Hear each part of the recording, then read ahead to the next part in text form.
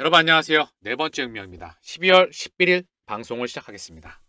리플의 RLUSD 스테이블코인이 뉴욕 금융 서비스국에서 승인을 받았습니다. 이미 예정되어 있던 길이었죠. 왜냐하면 리플의 스웰 2024 스피커 연사로서 거기 감독이 직접 참석했었다. 그렇게 이미 예정되어 있던 일이었다. 브래든 하우스가 본인의 트위터에 오늘 새벽 4시 50분에 그 사실을 알려줬었습니다. 그래서 새벽에 보니까 장중에 많이 밀렸더라고요. 밀렸지만 그 소식이 나온과 함께 일부 만회하였다. 현재 3,300원 언저리이다. 고점 대비해서 차익 실현 물량이 좀 나왔죠? 일봉을 한번 봐볼게요. 문제가 있나 없나? 차트상으로 먼저 한번 확인해 보시죠. 일봉입니다. 물량 소화 중이죠? 지금 보시면 고점권에서 물량을 소화 중이에요. 이거 물량 소화하고 이 부분에서 흔들다가 기간 조정을 거쳤던 간에 결국은 상승으로 전환된다. 거래가 안 터졌어요. 거래가 터지면서 부서져야 얘가 빠그러지는 겁니다. 이거는 일봉. 자, 주봉으로 볼게요. 주봉으로 보더라도 전혀 문제가 없죠. 이 공간은 매물이 별로 없다. 자, 비트코인도 마찬가지입니다. 1억 4천만 원 언저리죠. 큰 변동이 없어요. 자, 일봉 한번 봐보겠습니다. 문제가 없죠. 자, 도지하고 이더리움 또한 마찬가지 흐름을 보이고 있다. 자, 그렇다고 한다면 시장이 무너지려고 하면 제가 계속 강조하잖아요. 전체 금융시장을 바라볼 수가 있어야 돼. 전체 판을 읽을 수가 있어야 된다는 거죠. 금융시장에는 주식도 있고 채권도 있고 외환도 있고 파생도 있고 상당히 많이 있잖아요. 그 중에 오늘은 이걸 볼게요. S&P 500, 이 빅스 지수 있잖아요. 요게 급등을 해야 시장이 변동성이 상당히 많이 나오는 거거든요. 일전에 8월 5일입니다. 기억하시죠, 여러분? 블랙 먼데이였었어요. 올 여름 8월 5일. 이때 일본의 엔화 가치가 단기간에 급등세가 나오게 되면서 전 세계가 엔캐리 트레이 청산 이거에 대한 휩싸였었거든요. 이거에 대한 공포에 한국 코스피, 코스닥. 코스피가 그때 당시로 10%가 넘는 폭락이 나왔었거든요. 전 세계 증시가 크게 한번 울었었다. 이때 빅스가 상당히 많이 급등이 나왔었어요. 지금 어떻죠? 빅스가 급등이 나왔나요? 이게 일봉이에요, 일봉. 봉 하나가 일봉짜리입니다. 잠잠하죠? 금융시장에 문제가 없습니다. 그런데 코인 시장만 무너질까요? 박살날까요? 부러질까요? 그런 경우는 존재하지 않는다는 거 감이 오시겠죠. 그동안 알트가 많이 쳤잖아. 상승이 나왔잖아. 그럼 물량 털고 가야죠. 정상적인 과정이다. 그리고 최근 들어서 어떤 분이 질문을 하셨더라고요. 일본의 금리 인상 또 임박하고 있는데 또다시 NKT 청산 공포가 나오고 있다. 이거에 대해서 어떻게 바라보시느냐. 이거에 대한 해답을 좀 드리죠. 엔화 가치가 151.74예요. 이게 예전에 140까지 떨어졌었거든요. 근데 이게 약세. 최근에 약세로 쭉 가다가 최근 들어 좀 강세로 좀 살짝 나왔었어요. 근데 이게 일본 금리 인상이 되면 다시 엔캐리 트레이 청산 이거에 대한 공포로 인해서 시장이 흔들거리는 거 아니야? 이 얘기를 해주더라고요. 답을 드리지요. 일본의 BOJ 여기에 대한 금리 인상은요. 일본이 단독적으로 결정할 수 있는 게 아니에요. 만약에 금리를 올려가지고 엔캐리가 뭐죠? 일본이 엔저와 엔화 약세를 기반으로 해서 금융시장과 실물 경제를 버텨왔잖아요. 근데 일본은요. 금리를 올리면은요. 감당이 안 되는 그런 국가에 들어간 지 오래되었습니다. 이미 마이너스 금리, 질적 완화, 양적 완화 이 시스템에 들어갔었죠. BOJ가 일본의 뭐 국채뿐만 아니라 회사채 그리고 주식까지 다 갖고 있어요. 이미 질적 완화가 시작되었고요. 마이너스 금리. 할 수 있는 건 모든 건 다 했습니다. 일본 경제는 이미 노답에 들어간 지 오래되었어요. 일본 국채를요. 일본 국민들이 90% 이상 다 갖고 있습니다. 그렇게 일본은 망하지 않고 있다는 거죠. 이미 일본의 경제 시스템은요.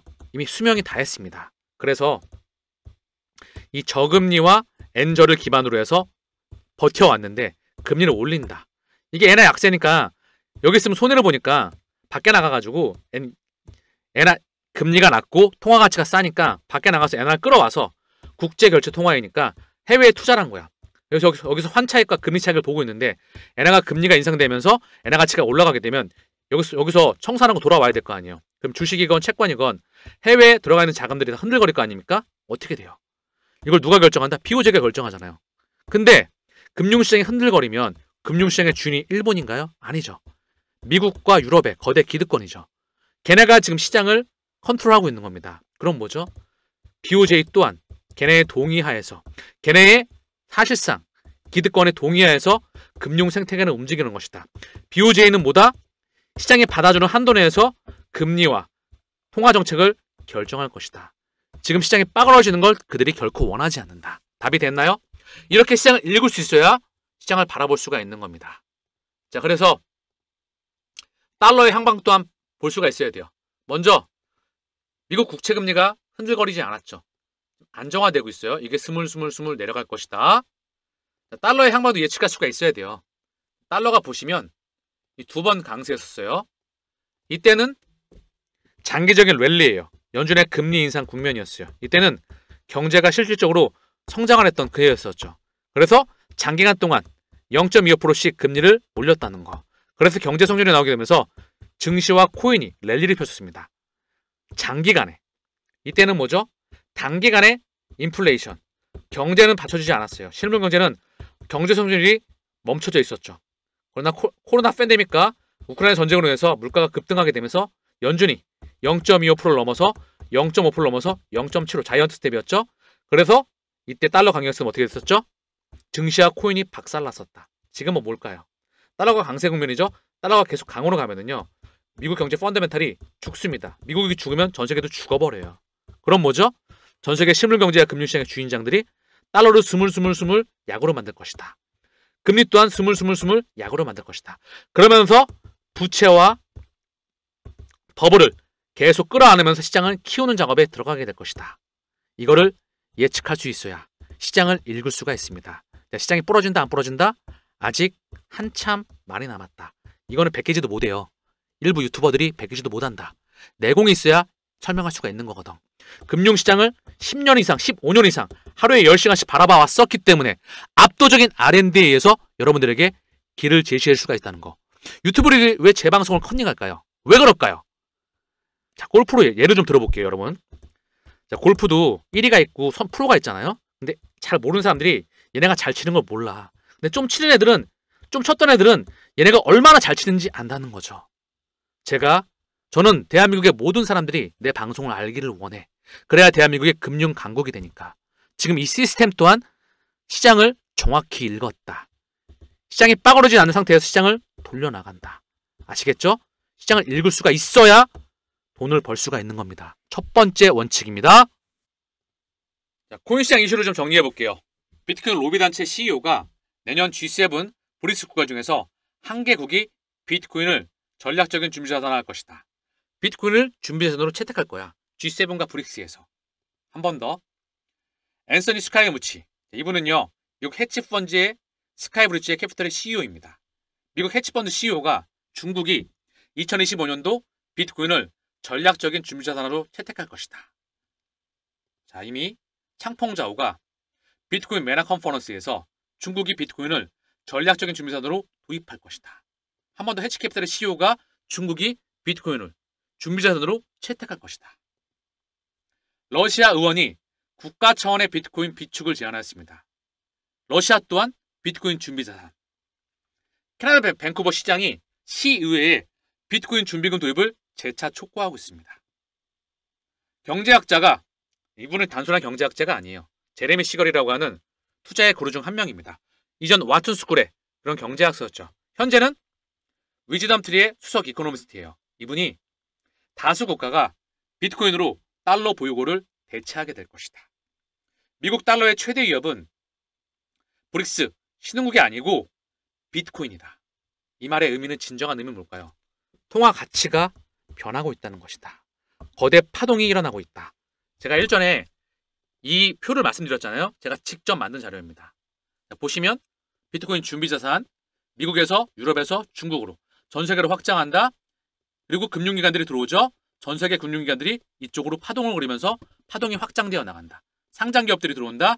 국가 정부 차원에서 들어온다. 비트코인을 시작으로 섹터별 대장, 알트코인 ETF로 확장해 나간다. 마지막에 개인들이 합류한다.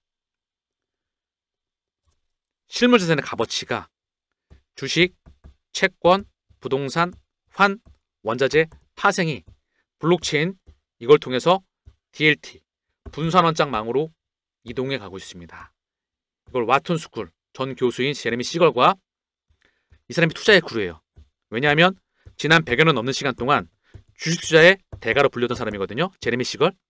여기에 뭐 벤자민 그라이먼, 워렌 버핏, 앙드레 코스트라인이, 한국의 주식잡 농부 박영옥 씨와 박성도 씨가 있으시죠. 슈퍼게임 1세대입니다. 지난 시간에는 그동안에는 주식의 시대였었어요. 왜냐하면 기업이었죠. 자본주의. 18세기 후반 영국에서 증기기관이 개발되게 되면서 공장에 나오게 되었죠.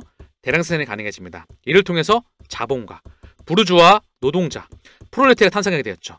이를 통해 식민지가 필요했어요. 그래서 2차 세계대전이 발생하였다. 그래서 한국은 이때 뭐했죠? 문을 닫고 농사를 지었죠. 일본은 메이지 유신을 단행해서 결국 여기 참전하였다. 그래서 지금의 국제결제 통화가 되었다. 지금 이것과 똑같은 일을 당하겠습니까? 그러면 안 되겠죠. 그렇죠? 이거 이상의 지금 엄청난 파급이 오고 있습니다. 이때는 1차 산업혁명, 2차를 넘어서 3차를 넘어서 네 번째 혁명이 우리 곁으로 오고 있는 겁니다. 감이 오시겠죠? 4차 산업혁명의 그 심장 하나가 블록체인입니다. 얘가 뭐죠? 바로 수백 년 만에 화폐혁명입니다. 그 진정한 의미를 깨달으시기 바랍니다. 달러가 뭘로 대체된다? 비트코인, CBDC, 스테이블코인, NFT, RWA, STO로 대체되는 겁니다. 이거에 대한 진정한 의미를 깨달아야 되겠죠. 오늘 XRP 레저를 통해서 RLUSD, 스테이블코인이 뉴욕주에서 거기서 공식적으로 승인을 받았다. 화폐혁명의 첫 발을 내딛고 있다. 그게 금융 시스템에 도입이 되게 된다. 우린 그거를 인지해야 되는 겁니다. 세계적인 투자의 그루 중 한 명이죠. 또 하나, 레이 달리오가 채권 대신에 비트코인 금 투자해야 된다. 레이 달리오는요, 전 세계 비트코인 그 보유 순위 안에 들어가요. 이미 그 가치를 누구보다 잘 알고 있다.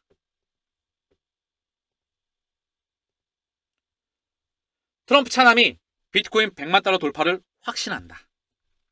한국 원화 기준으로 약 14억 원 정도 되죠? 지금 가치보다 공이 하나 더 붙어야 됩니다. 저는 100억 원을 말씀드렸죠. 미국은 세계 암호화폐 수도가 될 것이다. 아버지 역시 트럼프 대통령 당선인이죠. 이를 전적으로 지지하고 있다. 우리 가족은 암호화폐 전적으로 수용하고 있으며 딥바이를 믿는다. 이것이 미래의 방향이라고 생각한다. 아버지는 암호화폐 분야의 규제 완화 조치를 고려 중이다. 명확한 로드맵을 갖게 될 것이며 세계가 이를 따르기를 기대한다. 이것 또한 비트코인 메나 컨퍼런스에서 발표했었다. 자, 그러면 바이낸스의 창펑자오, 트럼프의 차남, 그리고 헤지펀드의 CEO가 비트코인 메나 컨퍼런스에서 중국의 비트코인 준비자산 그리고 100만 달러 좀 언급하고 있다는 거죠. 100% 창펑자오가 하고 있는 말을 우리는 놓치면 안 됩니다. 큰 그림에서 100% 도착합니다. 블랙록의 현물 ETF 운용자산이 유럽 50개 지역의 ETF 운용자산을 초월했습니다. 놀라운 성과이다. 그 속도가 무척 빠른데요.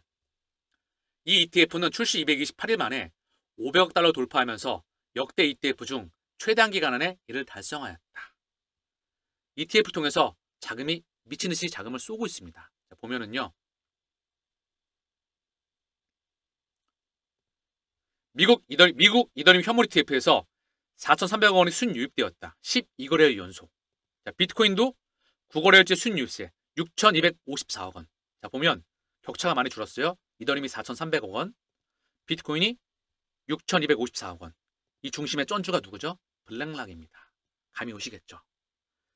시장이 터지는 시기가 온다는 겁니다. 그들을 계속해서 매집을 지속해 나가고 있다. 어느 순간 터트린다는 거죠. 마이크로 스트레치가 중요한 건 지금 가격대에서 계속 매집을 하고 있습니다. 어제도 21억 달러 규모로 비트코인 21,555개를 추가로 매집하였다. 이게 마이크 쉘러 녹색점을 찍고요. 올라가서 횡보하건 떨어져서 횡보하건 걔는 계속 메우고 있어요. 매집하고 있다는 거죠. 왜냐하면 이 사람의 눈에는 비트코인이 1,000만 달러거든요. 지금 1억 몇천만 원이잖아요. 140억 원을 바라보고 있는데 지금 가격은 똥값이라는 거죠. 마이크로 스트레치가 사실상 상장 기업을 통해서 비트코인의 진짜 현물을 모으고 있다는 거. 이 마이크로 스트레치에 최근 들어서 지분을 늘린 쩐주가 있습니다. 바로 월가의 주인장들이 마이크로 스트레치의 지분을 늘렸다. 자, 보면 11월 19일이죠. 마이크로 스트레치 올해 주가가 450% 급등했어. 월가 기관들이 관심이 폭발하고 있다. 지분을 대폭으로 늘렸는데요. 여기에 뱅가드, 그리고 모건 스탠리, 골드만삭스와 뱅크 오브 아메리카 여기에 스텔스도 참여했습니다. 지분 보유량을 많게는 1000%에서 10배 이상 늘리고요. 적게는 500%. 10배에서 5배 늘렸다는 거예요. 누가? 뱅크 오브 아메리카, 모건 스탠리, 그리고 뱅가드, 스텔스트리트, 이들이 마이크로스트의 지분을 늘렸다. 이거에 대한 우리는 감을 알아야 돼. 얘네가 왜 늘리고 있는지. 마이크로스트의 주인이 누구다? 바로 월가의 주인들이에요. 마이클 쉘러가 주인이 아니에요. 얘는 CEO라는 거. 마이크로스트의 상장 기업을 통해서 비트코인을 대규모로 매집하고 있습니다. 월가의 쩐주들이. 거기에 지분을 대폭 늘리면서. 그리고 3년 동안 마이크로스트가 약 60조 원을 조달해서 비트코인에 투자하고 한다는 거예요. ETF를 통해서 블랙락이 피델리티와 함께 대규모로 매집하고 있죠. 그럼 누가 지금 비트코인을 매집하고 있어요? 월가의 쩐주들이 시장에서 대규모로 매집하고 있다는 겁니다. 아시겠죠? 시장 안 부러진다.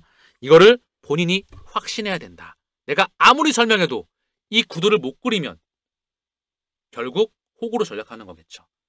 가격이 떨어질 때마다 흔들거리게 되면 결국 호구로 전략합니다. 여기에 나스닥 상장 최고래서예요. 라이어 플랫폼스가 684만 50만 달러의 비트코인을 매집하였습니다. 최근 들어서 채권 발행 규모를 5억 달러에서 5.2억 달러로 증가시켰다. 빚의 규모를 늘려가지고 실제로 비트코인을 매집하고 있는 거예요. 중요한 건 지금 가격대여서. 또 하나 나스닥 상장 최고 기업입니다. 마라홀딩스가 채권 발행을 해서 11억 달러의 비트코인을 매집하고 있다는 거. 그리고 ETF를 통해서 자금이 계속 들어오고 있다는 거. 시장 흐름을 명확히 읽으시길 바랍니다. 이게 진짜 찐 지표이다. 그들은 늘 금융시장의 주인은요. 늘 외줄타기에서 얼마든지 흔들어댄다. 파동을 그리면서도 상승에 나와서 얼마든지 흔들어댄다. 급하게 또 올라왔으니까 들어왔겠죠. 내가 들어왔을 땐 물릴 걸 각오하고 기간 조정을 거쳐서 올라갈 때까지 기다려야 되는 거예요. 이거를 인지해야 된다. 아시겠죠? 지금 바닥권에서 들어왔던 사람들은요. 이미 6년 동안 이 구간을 지나왔었다. 지금 들어오셨던 분들은 뭐다? 이제 떨어지더라도 물릴 걸 각오하고 기다렸다가 올라갈 걸 기다려야 되는 거야. 그럼 뭐죠? 물릴 때 내재 가치와 시장을 읽을 수 있는 바라볼 수 있는 힘이 있어야 이 마라톤을 완주할 수가 있다는 겁니다. 누구를 만나느냐에 따라서 그 파이가 결정된다는 거. 전 세계에 저밖에 없어요. 리플의 RLUSD 스테이블코인 소식을 전해드릴게요. 브리딩하우스가 방금 들어온 소식입니다. 최종 승인을 받았습니다. 뉴욕 금융서비스국에서 RLUSD에 대해서 거래소 및 파트너 목록이 곧 공개됩니다. 우리는 이 진정한 의미를 알고 있어야 된다. 자, 올해 이 소식은 오늘 새벽 4시 50분에 나왔어요. 그리고 4월 4일이죠. 스테이블코인을 출시하는 것은 리플이 기존 금융과 암호화폐 간의 격차를 메우는 자연스러운 단계입니다.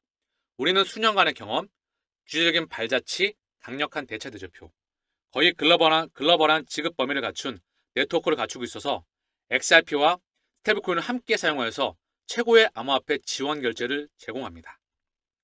스테이블코인 시장은 붐을 일으키고 있습니다. 오늘날 약 1,500억 달러이며 2028년까지 2조 8천억 달러를 돌파할 것으로 예상됩니다.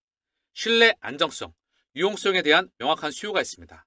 올해 말에 XRP 레저와 이더리움에서 달러의 1대1로 고정된 스테이블코인을 출시합니다. 그리고 승인을 받은 겁니다.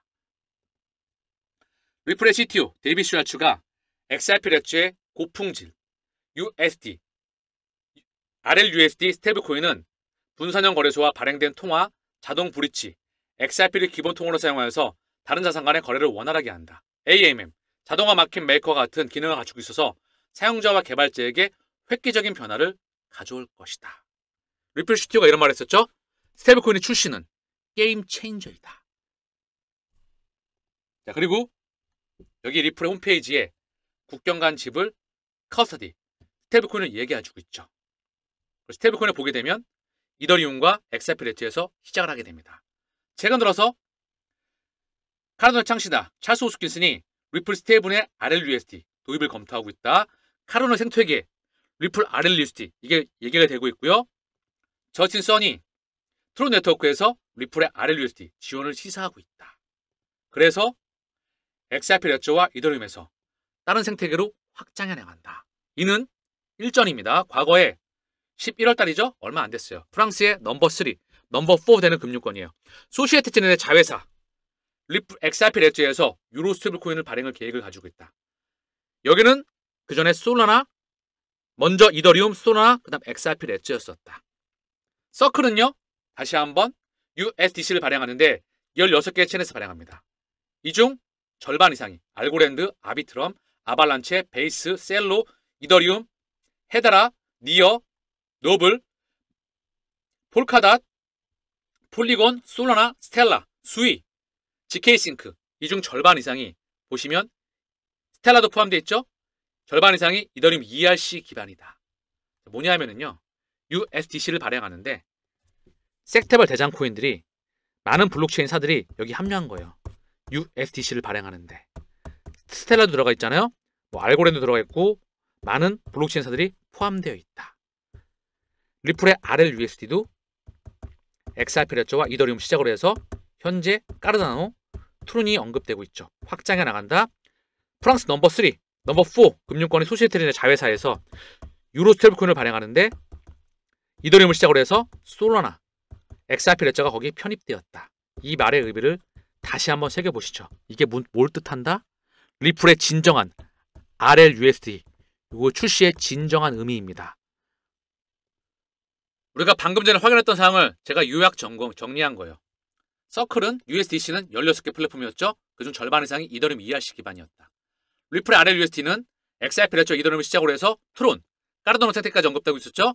블록의 비들 펀드는 이더리움을 시작으로 해서 폴리곤, 아비트럼, 아발란체, 옵티미즘, 앱석스, XDC로 확장한다.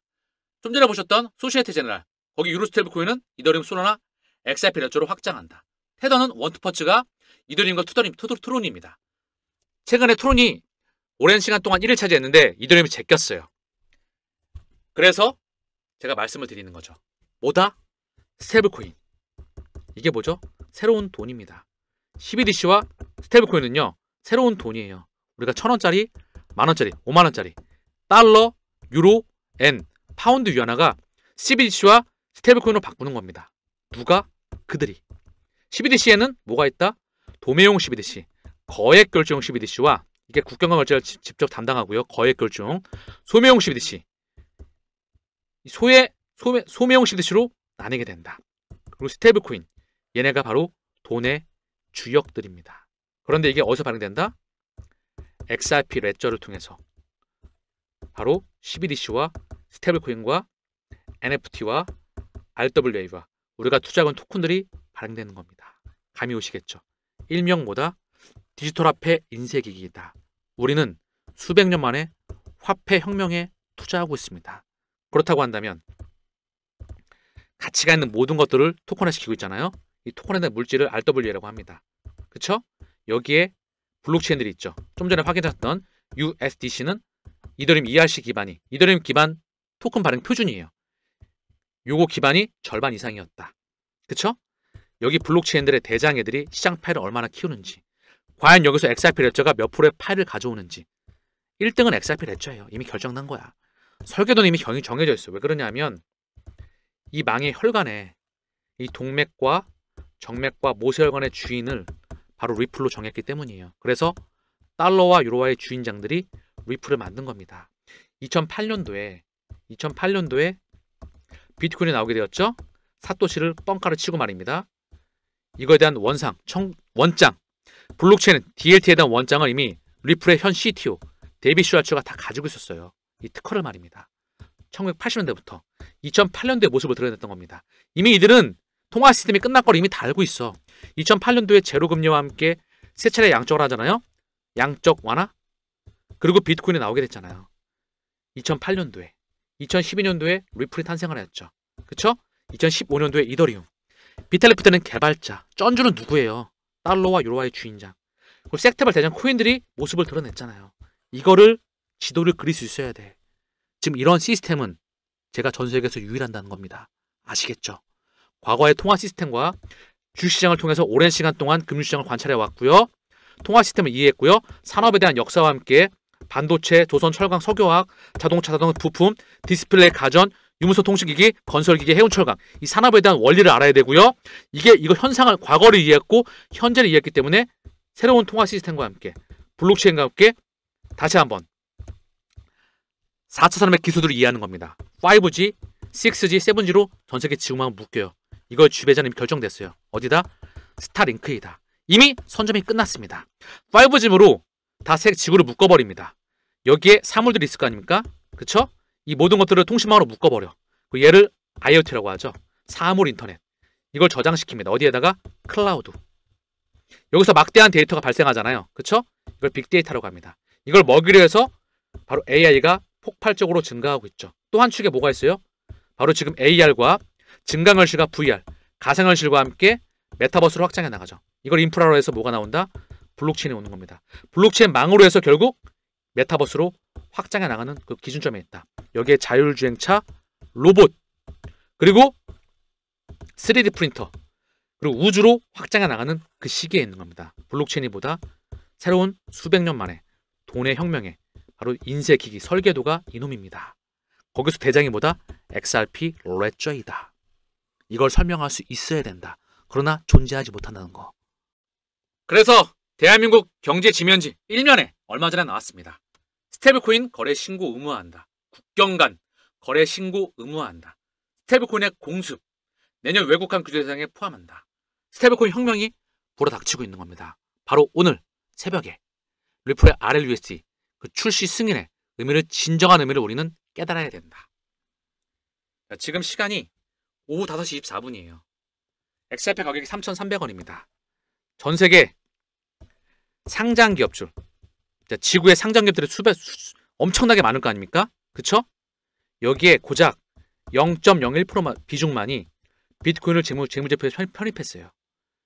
근데 0.01% 이게 감이 안 오시잖아요. 1%가 뭐냐면요, 100개 기업 중에서 1개예요. 공이 2개가 더 붙어야 돼요. 지금 재무제표 편입시키려면. 그리고 1% 또한 100개 중에 1개죠. 공이 3개가 더 붙어야 100개 중에 10개 기업입니다. 그럼 공이 3개가 더 붙어야 돼요. 근데 공이 한 번 더 붙어야 1이 되는 겁니다. 감이 오시겠죠? 지금 어떤 시장인지. 고작 비트코인만 뿐만 얘기한 거고요. 이게 이더리움과 XRP와 섹터별 대장코인으로 확장해 나갑니다. 그중 XRP가 진짜 코인의 황제라는 것을 안다면 XRP 편입시킨 이런 기업들이 거의 손가락에 꼽을 겁니다. 지금 우리는 퍼스트 무버라는 거. 이 가치를 알아야, 이 진정한 가치를 알아, 이놈의 가치를 알아야 완주를 할 수가 있다는 겁니다. 아시겠죠? 비트코인 가치 저장, 금 100억 원, 이더리움 스마트 컨트랙트 대장, 리플 XRP는 뭐죠?